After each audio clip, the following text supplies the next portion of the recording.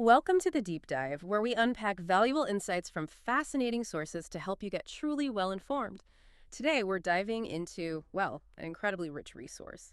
Lots of mothers are calling it their secret weapon. It's a guide titled Nurturing Seeds of Success, a Mother's Guide to Raising Children.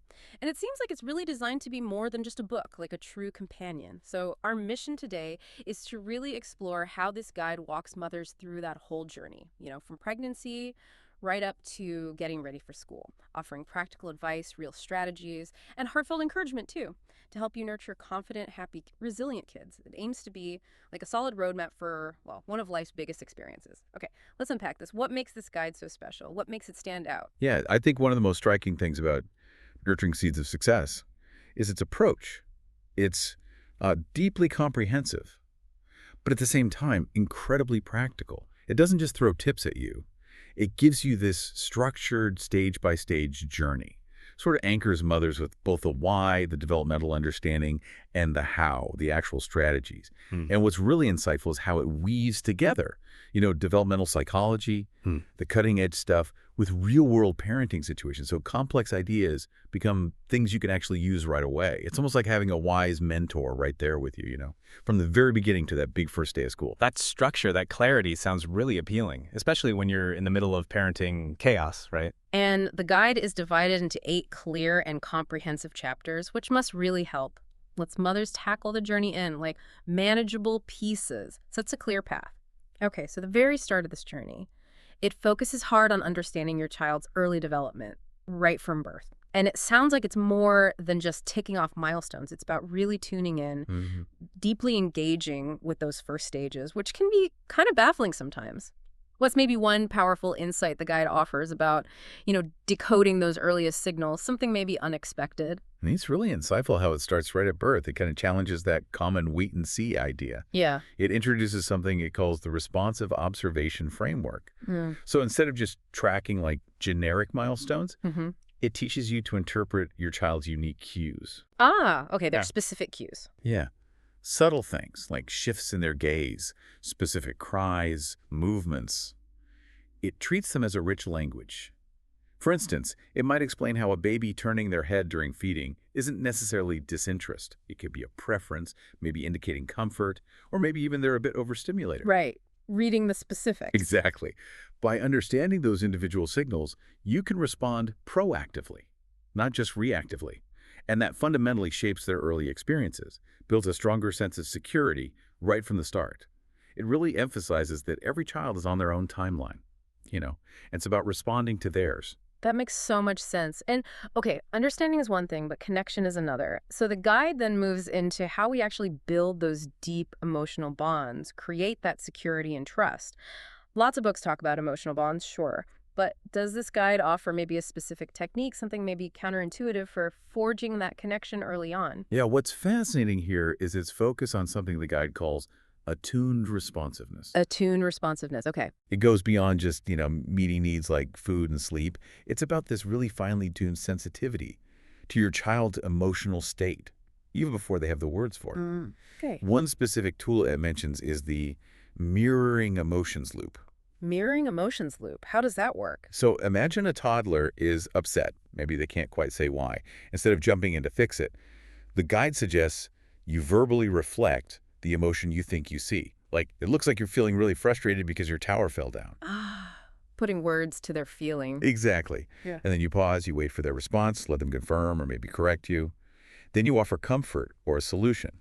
It seems simple, but it validates their experience, it teaches emotional words, and it deepens that trust. I can see how that would build connection. Yeah, this emotional scaffolding, it's vital for their mental health, their social skills later on, how they regulate emotions. It basically gives them that secure base they need to explore the world confidently. It's about feeling truly seen, truly understood, which is just foundational for everything else. Okay, so we've got early connections, understanding their unique communication. Then the guide shifts gears a bit. More tangible growth, body and mind. It talks nutrition, health essentials, seems like the bedrock, right? Absolutely. But what does essential really mean here? Is it more than just, eat your veggies? Any insights parents might overlook? Right. If we connect this to the bigger picture, that healthy foundation is completely non-negotiable for, well, all other development. But the guide goes surprisingly deep into the why. It introduces this idea called the gut-brain connection blueprint. Gut-brain connection. Interesting. Yeah, it explains how a child's early gut health, their microbiome, directly impacts their mood, their thinking, even their immune system. So it gives actionable advice, like incorporating specific fermented foods, omega-3 sources early on, not just for physical health, but maybe enhancing emotional resilience and focus, too. Wow, okay. That's specific. And it tackles common stuff, too, like picky eating. It suggests sensory exploration mealtime strategies, things that encourage adventurous eating through touch, through positive reinforcement, not pressure. Makes sense. Less mealtime battles. Exactly. It's a very holistic view. Physical well-being isn't just about not getting sick. It's about optimizing their whole development. That's a much deeper connection than just eat your vegetables. Okay, so building on that healthy base, how does the guide suggest we actively spark their learning? Develop those motor and cognitive skills beyond just standard toys and puzzles. This is where the guide really shines, I think. It promotes something it calls unstructured discovery play. Unstructured discovery play. Yeah, it kind of moves away from those very specific single-purpose toys. Instead, it pushes for loose parts play. Imagine like a basket with natural things. Pine cones, smooth stones, fabric scraps, wooden blocks, and you just let the child decide what they become. So open-ended play. Right. It's not just play. It's active problem solving. It fosters creativity, spatial reasoning, fine motor skills in a way that, pre-programmed toys often can't. It lets kids be the architects of their own learning. I like that. Architects of their own learning. And for cognitive skills, it suggests things like pattern recognition games built into daily life, like spotting shapes at the grocery store or predicting what comes next in a routine. It cultivates critical thinking, logical reasoning, but in a very organic, engaging way. That playful approach sounds brilliant for sparking those aha moments. I remember trying flashcards with my nephew. Uh-oh. Yeah, he just wanted to chew on them. So this natural approach sounds much better. How does it extend that natural idea to language and communication? Is it just reading aloud? No, it goes beyond that. The guide emphasizes what it calls conversational scaffolding. Okay.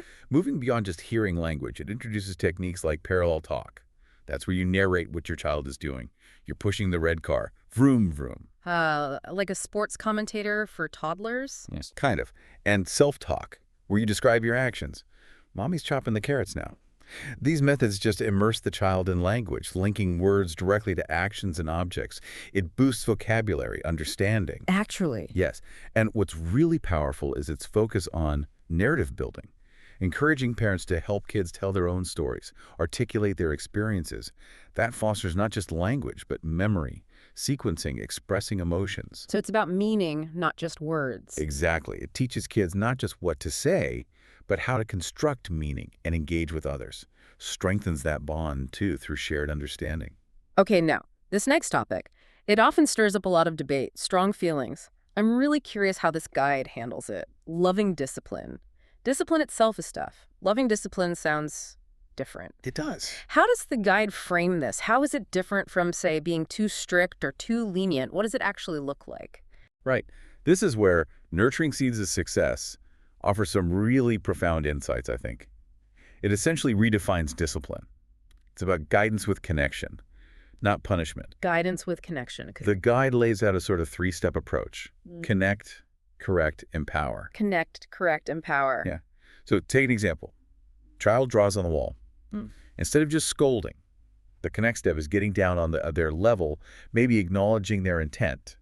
Wow, you wanted to make art and you chose the wall. Okay. Starting with understanding. Then correct, is stating the boundary clearly and the impact. Walls aren't for drawing. Paper is. Now we have to clean it. And crucially, the empower step involves helping them understand the why and giving them a choice for next time. Where can you draw next time? So it's teaching, not just stopping the behavior. Precisely. It avoids shaming, it builds self-control, and it fosters genuine respect for boundaries, not from fear, but from understanding. It offers that insight into handling challenges lovingly and effectively. It makes discipline a chance for growth. It actually strengthens the relationship instead of damaging it. It's about teaching responsibility, the impact of actions, not just demanding obedience. That's a really important distinction, reframing discipline as teaching and connection, even when you're frustrated. Exactly. Sounds much more effective long-term for building that internal motivation. It does. Okay, so finally, as kids grow, the guide focuses on school readiness, preparing them psychologically and socially. That's a huge step, way beyond just knowing ABCs. What are some of the maybe less obvious but critical aspects of school readiness it covers? Right. The guide gets that academic readiness is just one piece. It really prioritizes what it calls social emotional literacy for school transition. Social emotional literacy makes sense. Yeah, fostering key skills like how to initiate play with new kids, how to ask a teacher for help, understanding classroom rules, respecting them, developing resilience when things don't go perfectly. Real-world school skills. Exactly. It even suggests specific role-playing scenarios for parents and kids to practice common situations, like sharing toys or managing that first day separation anxiety. Oh, that's practical. It's all about building confidence and independence, helping kids develop that sense of self-efficacy so they can handle new social situations, speak up for themselves. This knowledge really helps that transition from home to school go smoothly. Less anxiety for everyone involved. Yeah, for the child and the parent. Definitely. Yeah. And it sets them up to actually flourish in that new setting. And it sounds like through this whole journey, from the first observations to the school gates, the guide consistently celebrates the mother's role. That guiding light. It really builds mothers up. It does. Doesn't just give tools, but validates their unique, incredible journey. So, what does this all mean for you listening? Whether you're a new mom, expecting, maybe growing your family, this deep dive really shows how nurturing seeds of success brings together some key benefits. It aims to give you, real confidence in your parenting choices, backed by strategies you can actually use, concrete tools to connect emotionally, communicate better, even without words sometimes.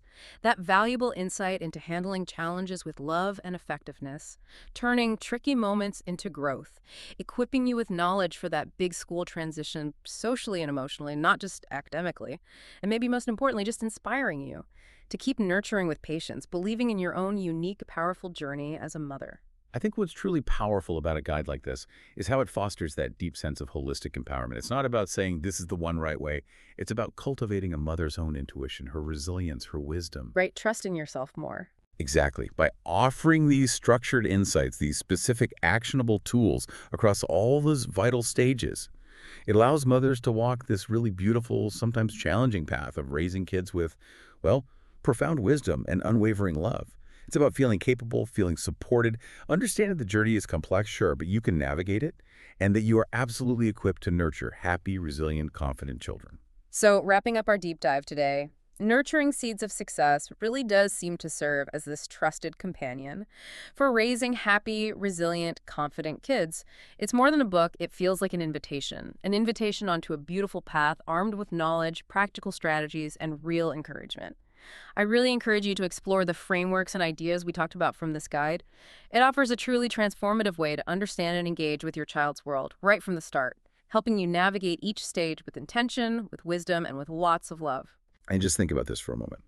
Consider the cumulative effect of focusing on things like that responsive observation framework early on, attuned responsiveness for bonds, the gut-brain connection for health, guidance with connection for discipline, all these things outlined to the guide. It doesn't just prepare a child for school, that's almost secondary. It fundamentally lays the foundation for their lifelong confidence, their intrinsic motivation, their emotional smarts, their actual ability to navigate and really thrive in what's becoming an increasingly complex world. It's not just about these early years. It's truly an investment in a lifetime of well-being and success for them. That's a really powerful thought to end on. Thank you for joining us on this deep dive. Until next time, keep exploring, keep learning, and keep nurturing those incredible seeds of success in your own life.